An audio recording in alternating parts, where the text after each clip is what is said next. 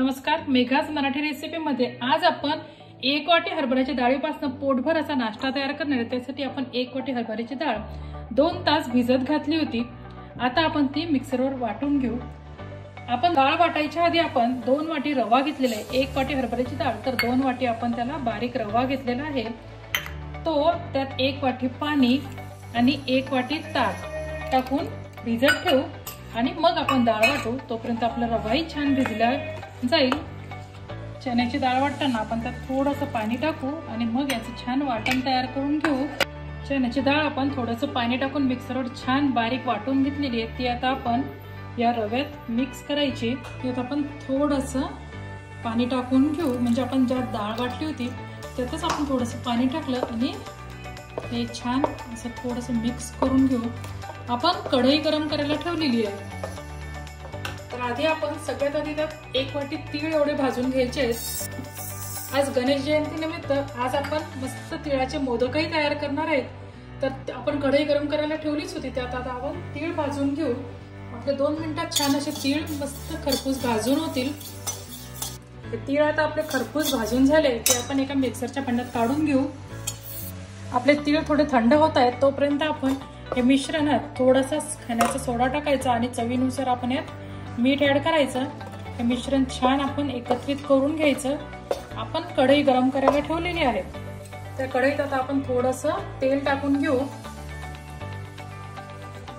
आपलं तेल गरम झालं की आपण त्यात थोडेसे तीळ आणि मोहरी टाकून घ्यायची।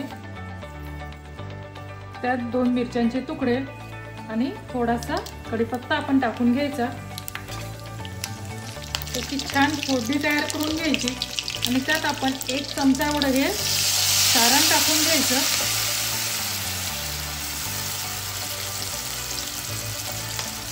त्याच्यावर छान असं झाकण ठेवून सगळ्यात सुरुवातीला आपण फक्त तीळ मिक्सरवर बारीक करून घेऊ।